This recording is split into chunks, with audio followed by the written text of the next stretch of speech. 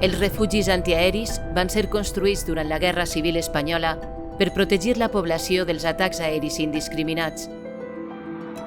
El refugi del Palau Comtal de Cocentaina ha sigut recuperat per a mostrar la crueltat de les guerres i les seues conseqüències, amb l'objectiu de donar a conèixer la història i el patrimoni del poble i contribuir a la cultura de la pau.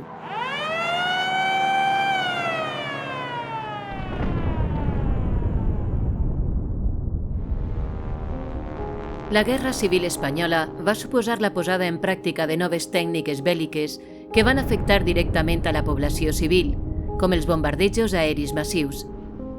Davant aquesta nova amenaça, es crea el que s'anomena la defensa passiva. Esta organització s'encarregava d'informar i formar a la població per evitar els danys dels atacs aeris. Fonamentalment hi havia una sèrie de qüestions que plantejava.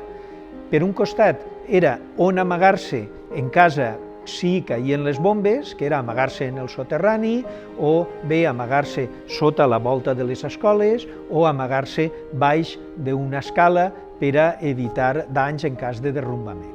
Per un altre costat estava la defensa contra possibles bombes de gasos tòxics i llavors el que feien era ensenyar a fer-se mascaretes improvisades en aulla, un drap, per a posar-se-les a la boca.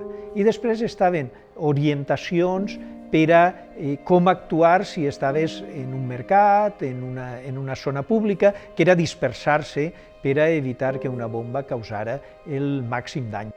El 28 de juny de 1937, el Ministeri de Defensa del Govern republicà va emetre un decret pel qual es van crear els comitès provincials i locals de defensa passiva, encarregats de gestionar la construcció dels refugis. Per evitar el dany en les cases, perquè les bombes havien augmentat de tamany i l'arma podia destruir una casa on s'havia explicat com actuar i podien morir.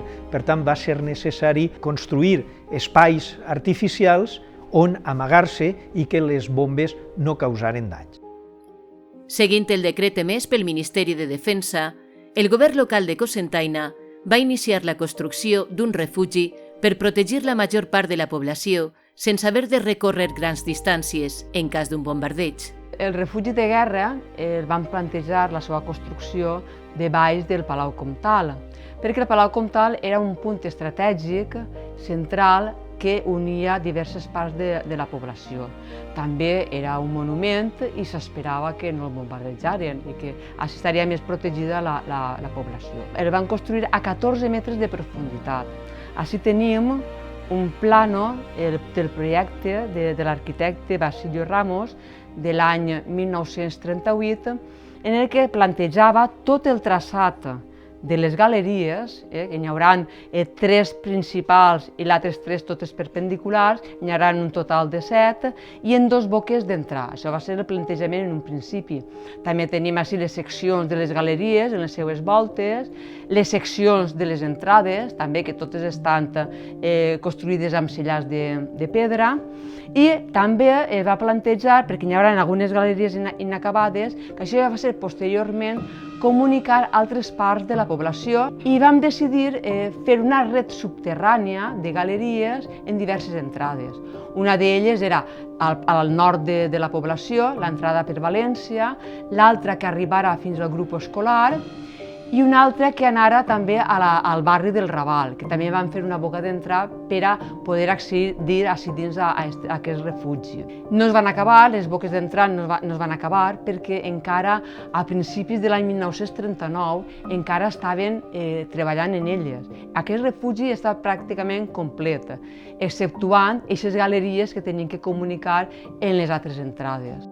El refugi de Cocentaina és del tipus de galeria en mina i va estar molt ben construït. En primer lloc, té una entrada en la baixada de les escales en zig-zag per evitar que danyara a les persones que estan dins del refugi la ona expansiva d'una bomba que explota prop de la porta.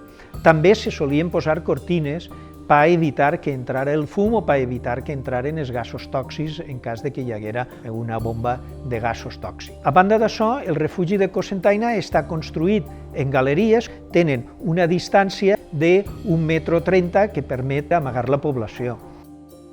Per a la construcció del refugi es va utilitzar diversos tipus de mà d'obra, des de xiquets a partir de 10 anys fins a homes de major edat. Aquest refugi el va construir el poble de Cocentaina, bé en mà d'obra o bé pagant les seves corresponents cotes a aquells que tenien diners. Els que no tenien diners feien torns per anar excavant les galeries i construint-lo en torns durant 24 hores, eren de 8 en 8. Els més menuts són els encarregats d'anar portant cabassets i cabassets de totes les terres que anaven traient. Així, en aquesta galeria, encara podem veure les improntes del material de les picoletes com anaven excavant en el que era el tap, un tap dur i molt resistent, és a dir, que no es produïen derrumbes de ninguna classe. Una vegada que s'havia donat ja la forma i les dimensions de la galeria, sí que construïen, amaestraven la paret i després posaven el rajol per a construir el que era la paret. Damunt de les dues parets sí que encofraven, feien un encofrat de fusta que reomplien en cudols i en materials. El Comitè Local de Defensa Passiva va dissenyar un sistema d'alarmes vinculades al refugi central del Palau Comtal i va redactar les instruccions per a la seva utilització. Encara que Cocentaina no va patir cap bombardeig, a les fàbriques els treballadors també van construir refugis per a protegir-se i no haver de fer cap desplaçament i arriscar-se. Com així ningú tenia ràdio, ni telèfon ni res, però tenien comunicació en la fàbrica de Riera.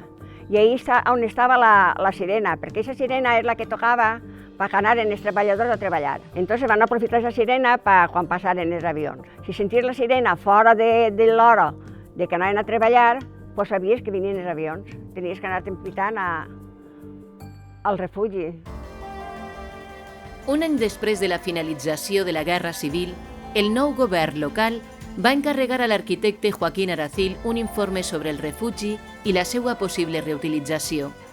A les seues notes es podia llegir: no pot apreciar la resistència d'aquests refugis a les bombes, ja que és un factor molt variable, que depèn de l'alçada de la caiguda, el pes i el poder expansiu d'aquestes. Des d'aleshores va quedar en desús. Després de dècades d'abandó, en 2017 es presenta l'avantprojecte de recuperació del refugi i a l'any 2019 s'inicien les obres. Per a començar en la redacció del projecte es va tindre en compte, en primer lloc, netejar el propi refugi, ja que duia molts anys tancat i tenia molts problemes d'arrels, de plantes. En segon lloc, tenia que intervindre en el mínim possible per conservar el que era l'essència del refugi. En aquest cas, tant l'estructura com les parets de tot el refugi és l'original, exceptuant un parell de parets que necessitaven d'una restauració, d'una rehabilitació. Altra de les grans actuacions que va haver així al refugi va ser el tema de l'accessibilitat. Es necessitava un tipus de paviment que poguera ajudar a que la gent poguera visitar el refugi, per la qual es va optar per un paviment de formigó, el qual no es va arribar fins al final de les parets, perquè enteníem que així podien conservar un poc millor l'essència del refugi. Es va tractar al projecte de fer una ventilació creuada, ja que teníem accés a dos carrers diferents que poguera ajudar a la millora de la humitat. Els testimonis vius del que realment es vivia dintre del refugi són els xiquets i xiquetes de la Guerra Civil, que encara conserven records, vivències i sentiments que no oblidaran mai. Jo, quan sentia la sirena, escapaet al refugi. Si algú m'ajudava a baixar, bé. Si no, a colastrons, perquè tenia 4 anyets. I ahí dins, hi havia molta gent. Es xerrava, a voltes es deien tots callaets, perquè tenien por. I alguns, a poquet, xerraven alguna cosa. Hi havia 2 banquets i els més vells s'assentaven.